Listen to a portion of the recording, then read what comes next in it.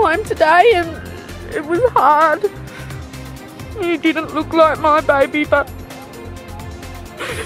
I knew that he's still my baby. I know he's in heaven. Tonight, breaking news, new details coming to light about what led up to the Devonport jumping castle tragedy. A non-stop stream of flowers, teddies and cards seen outside Hillcrest Primary School, but still we're seeing misinformation about what happened spreading online. It's Sunday the 19th of December. You're watching 6 News also tonight. Boosters do indeed boost that protection, both against transmission and infection and against severe disease. New South Wales daily cases surpassed Victoria's for the first time in months. The PM reminding Aussies that infection numbers are no longer a key metric, coming as Queensland authorities reintroduce a mask mandate for indoor settings. And US President Joe Biden warns of a winter of death for the unvaccinated, with the Omicron variant here now and spreading as virus deaths in America surpass 800,000. Good evening everyone, thanks for tuning in. Later this hour, many parts of Australia cop extreme heat, with summer really getting going. We are expecting some showers and even potential thunderstorms for parts of the east coast next week, however, less than a week out from Christmas. But first tonight, a non-stop stream of flowers, teddies and cards continues to be seen outside Hillcrest Primary School after several children were killed when heavy winds reportedly caused a jumping castle and several inflatable Zor balls to lift into the air. Tributes are flowing in from across Australia and even around the world right now as the Devonport community remains in mourning. And tonight, Tasmanian authorities are revealing what led up to the freak incident as donations pour in for the families affected. Portland Holmes begins our special coverage. It all happened on a Thursday, the last day of school for the year for students at Hillcrest Primary. Close to 40 students in both years 5 and 6 were taking part in end-of-year activities when it happened. A significant wind event reportedly causing a jumping castle to lift into the air, seeing students falling from 10 metres high. Today, locals from the Devonport community in northwest Tasmania continued to lay flowers, cards and teddy bears outside the school. The mother of one of the victims speaking out, bringing his school uniform and a PlayStation controller as memories of her son. This is his shirt, he wore this, there's his name, this is his controller. I just needed to see what everyone had done and I appreciate it so much. I saw him for the first time today and it was hard. He didn't look like my baby, but I knew that he's still my baby. I know he's in heaven. Yesterday, Prime Minister Scott Morrison announced that the federal government will contribute $250,000 for first responders, $550,000 for the broader community. Before laying flowers with his wife Jenny, with news of the tragedy even making it overseas. 5 children have been killed in Australia after a bouncy castle was swept into the air by a gust of wind. At least 5 children have been killed after they were thrown off an inflatable castle. More than $1 million has been raised for the families of the victims, with over 14,000 Aussies donating to help with bills and funeral costs just a week out from Christmas. It's just, it's astronomical really, it's crazy. Beyond anything we could comprehend, and really what started out as such a small amount has just shown the amount of love the community has for these people and how much hurt they are going through, and hopefully this can just alleviate a little bit of that pain. As the nation continues to remember and mourn the 5 lives taken far too soon. 12-year-old Zane Mellor, Jai Sheehan, Jalia Jane Marie Jones, Peter Dott and 11-year-old Addison Stewart. Lincoln Holmes, 6 News. Now, even in a tragedy like this, misinformation continues to spread online about what happened. Now, let's make this clear. There is no footage of what happened that we can independently verify, nor would we show you the footage. However, others are using old images of previous jumping castle incidents and trying to pass them off as something that happened in Devonport. Here's one example, a screenshot from a video showing the jumping castle mid-air, but it's actually from China in 2019, where 2 children were killed and scores others injured after a so-called dust devil lifted the jumping castle into the air, 6 users actually discovered that when you search the term bouncy castle on Twitter, under the section top, it was the 3rd most popular result. Now, here's another one. Again, a screenshot from a video just seconds before the jumping castle left the ground. But like the last one, it's an old video, this time from 2017, where kids were tossed through the air as wind flipped a jumping castle at a children's party in Mexico. There was also this bizarre tweet using an image showing the NYPD, that's New York, instead of an actual photo of first responders on the scene, like this viral one you've probably seen a few times on social media or in the media. And don't forget, if you see something you want fact-checked, please tag or DM us on social media or send us an email. contact@6newsau.com. Well, to other news starting, Gladys Berejiklian will have to wait until February before learning if ICAC will argue that she breached the public's trust by failing to disclose her relationship with disgraced former MP Daryl Maguire. Ms Berejiklian resigned as New South Wales Premier on October the 1st after an investigation into her conduct was revealed. She then spent 2 days at a witness box at public hearings earlier this year. According to the New Daily, counsel assisting the inquiry was initially due to submit recommendations for findings by December 20, that is tomorrow, but instead Scott Robinson's submissions are now due to relevant parties by February 15. Submissions in response are to be provided to ICAC by March 28. They will not be made public. Well, New South Wales' daily case tally has climbed in just a matter of days, and now for the first time in months it's surpassing that of Victoria. The Prime Minister is reminding us that COVID case numbers are no longer a key metric, but it was because of case numbers that the Queensland Premier reinstated a mask mandate in many indoor settings, blaming the surge interstate. Cases are rising just as immunity is waning, prompting a ramp up of the booster shot rollout. Chief reporter Connor Forgay has all the latest developments. 2,213 cases on Friday and no new restrictions in New South Wales. A state away, a different story. And what we are seeing in New South Wales are dramatic escalation of cases. And we know that families are uniting during this time, Christmas and New Year. So today I'm actually announcing some measures. The mask mandate making a return in Queensland yesterday, 5 weeks after it was lifted as a reward for hitting 80% single dose, and less than 1 week after the state reopened. This is a small price to pay for your freedoms. A mask is now required in indoor settings where the vaccinated and unvaccinated are allowed to mix, including shopping centres. But Anastasia Palaszczuk says the reason for its reinstatement was rising case numbers interstate. An irrelevant metric at this stage of the pandemic, Scott Morrison reiterated on Friday. Case numbers are no longer the metric. Case numbers are no longer the trigger or the indicator. Cases won't be the trigger or indicator when Queensland's mask mandate is reviewed. That'll happen once the state hits 90% double vaxxed, projected to be mid-next month, and cases then are only set to be higher. Experts say many of them will be breakthrough infections, and while government statistics don't stratify cases by vaccination status, we know that the vaccine isn't 100% effective at preventing transmission. Although they do prevent infection to some extent, their primary use is to reduce the impact of infection if you happen to get infected after being vaccinated. At this point, we don't really understand how to use vaccines to prevent transmission. Which is now at record levels in New South Wales. Cases skyrocketing, quadrupling in less than a week. And this upward trend is only set to continue. That by the end of January, we could be looking at 25,000 cases of the virus every single day. That's one big difference from 1,360 today, which already is a cause for concern. No, once again, the question is focused on the case numbers. Let's move the thinking. As of Friday, 90% of Australia's eligible population is double vaccinated. But as we're seeing, that doesn't afford complete protection from high case numbers. The records are being rewritten daily.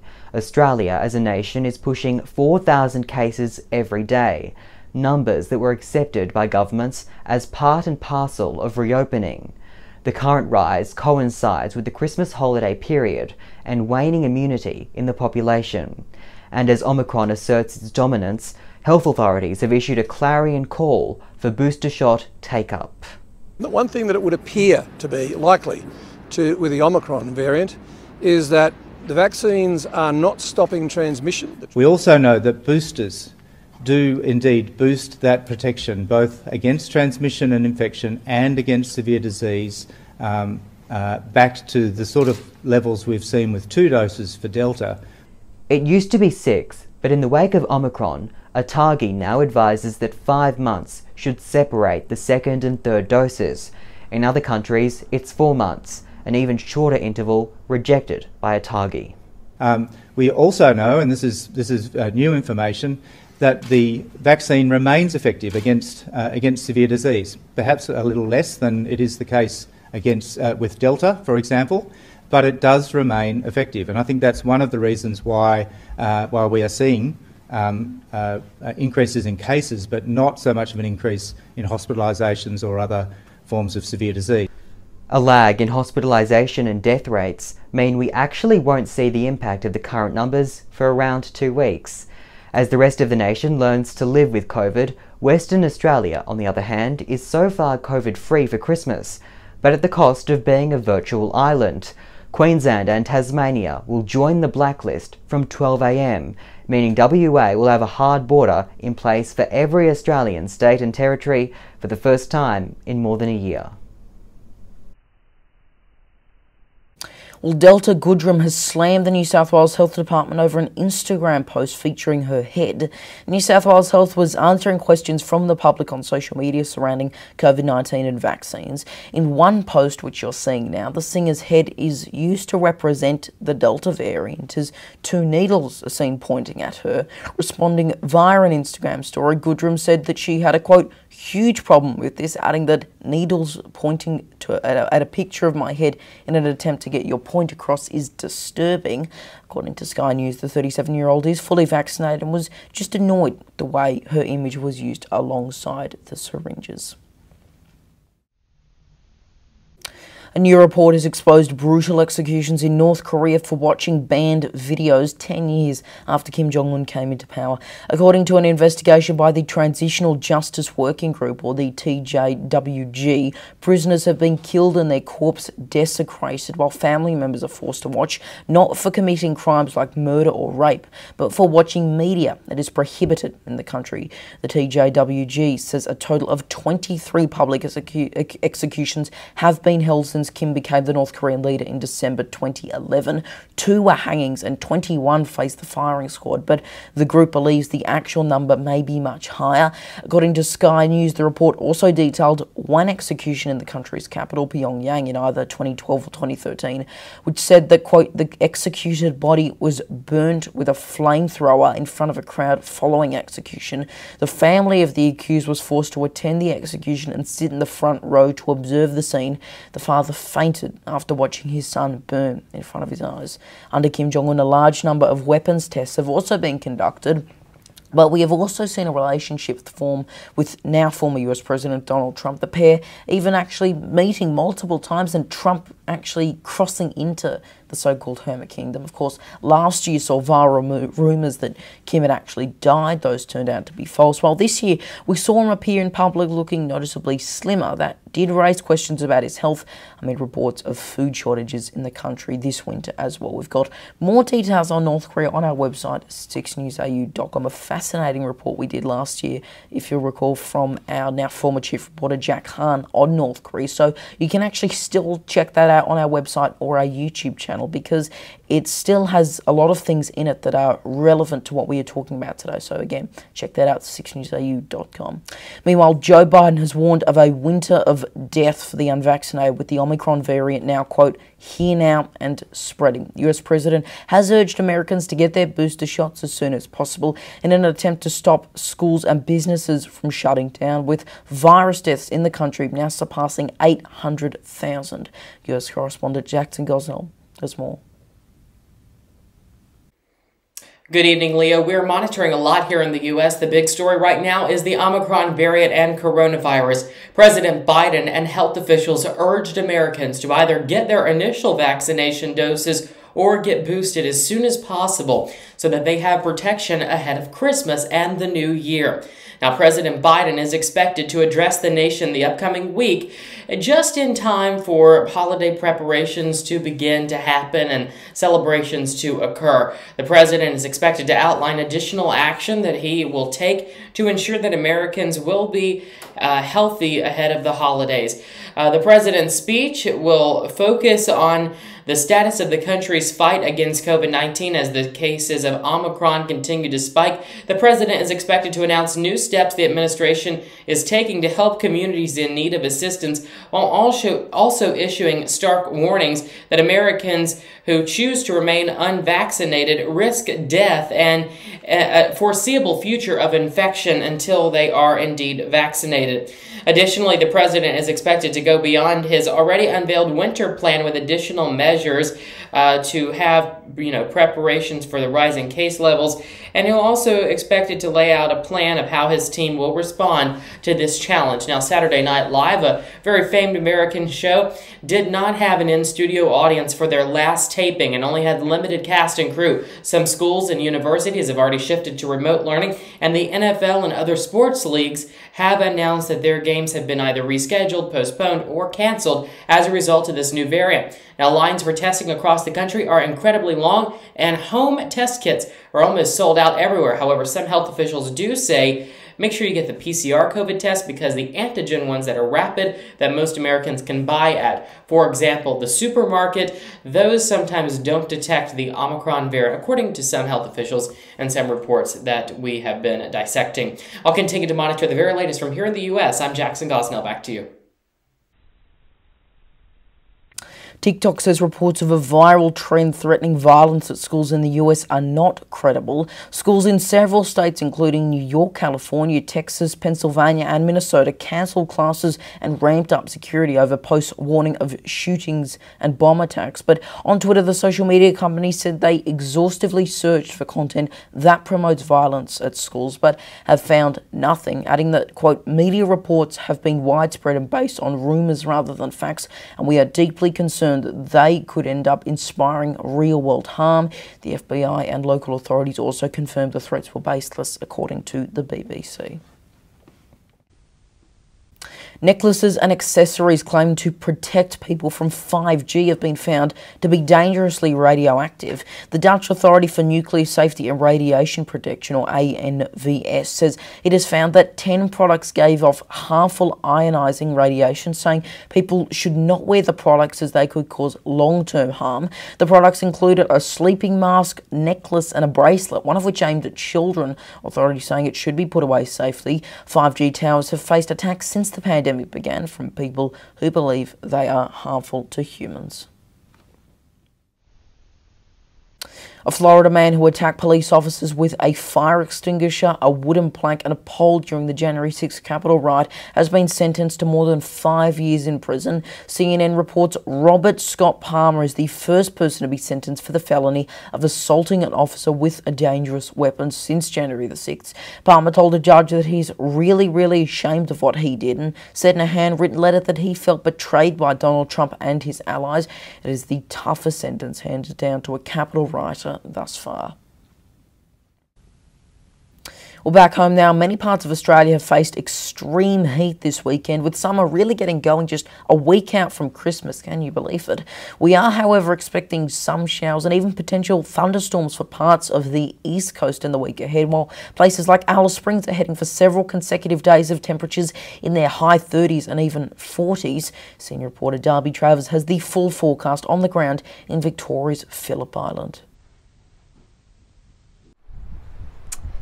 Well, good evening, Leo, from right here in Phillip Island in Victoria, where many families are heading for the holiday period, just a week out from Christmas. Some cold conditions here, but much warmer in the west. Melbourne was one of several cities seeing highs in the 30s as summer really gets going following a few days of the cold weather, while Alice Springs is set for an entire week of temperatures in the mid to high 30s and even in the 40s as we head to the national map now, and Brisbane starting the day at 21, expecting a top of 33.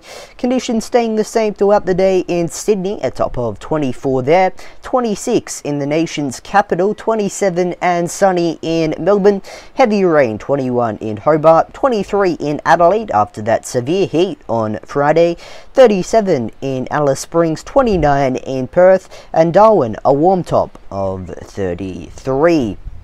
And just quickly, Leo, it is a little bit too early to give you a look at what's happening on Christmas Day. We do know that we are expecting some showers. However, reports say sunny skies in the west. So that's the latest weather forecast here from beautiful Phillip Island. For now, though, let's hand it back to you in the studio.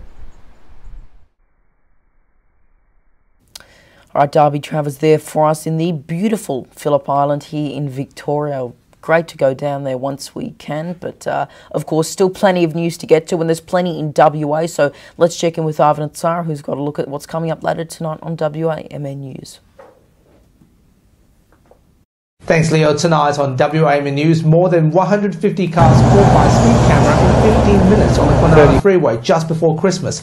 A WAMN News exclusive. Roger Cook moved on from the health portfolio following an anticipated cabinet reshuffle. Confronting arrest of a woman caught on camera following alleged fast food rampage. Plus Dr. Andrew Miller's comment. Join us tonight on the WAMN News Facebook page and YouTube channel. Alright, thanks both Arvin and Sarah there, and just before we go tonight, a quick programming note that 6 News will still air this time next week, 8 PM Eastern Time on Boxing Day. Now, it may be a smaller bulletin, it may have a few less reporters or even no reporters other than the presenter if you want to count them, but it will still air as we want to make sure you stay up to date with all the latest headlines from here at home and right around the globe throughout summer. So to make that clear, not only next week, but we will continue throughout the summer holidays because it is vital that we bring you the latest information on plenty of stories from COVID-19 to what's happening interstate. Of course, if we had gone on a summer break and not done any bulletins this time last year, well, we would have missed the January 6th Capitol riot. So it is also important to make sure you stay up to date. And of course, mornings will continue to air 8 AM Eastern Time on Thursdays as well. So subscribe to us on YouTube and click all notifications so you don't miss it. And that is 6 News for this Sunday evening. You can stay up to date with the latest headlines by heading to our website, 6newsau.com, and by following us on social media, Facebook, Twitter, Instagram, TikTok, and Lit. Just search 6newsau to find us.